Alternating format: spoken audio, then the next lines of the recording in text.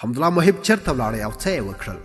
مخکې له دې چې مطلب درته وړاندې کړو زموږ چینل خامخا سبسکرایب کړئ. السلام علیکم محترم لیدونکو، ستړي مه شئ، وخت مو بخیر. له خپلو قرارګاهو راووځي او دښمن په پټنځایونو کې له منځه یوسي. د افغانستان د اسلامي جمهوریت ملي امنیت صلاحکار حمدالله محب وایي په کندوز کې روان وضعیت باید حتمي بدلون ومومي.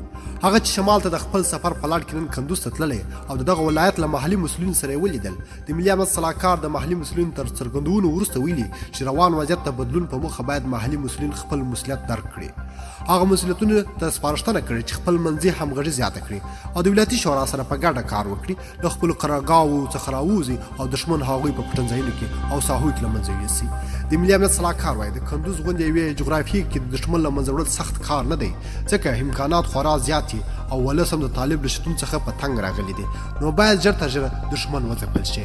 هغه یادونه وکړه چې مرکزي اداره د محلي ادارو هر راز ستونزې حلوي، خو وضعیت باید ژر تر ژره بدل شي او خلکو ته د اوسېدو لپاره خوندي فضا چمتو کړي. ډېره مننه چې ویډیو را سره تر پایه وکتل. تر بیا او بلې ویډیو الله په امان.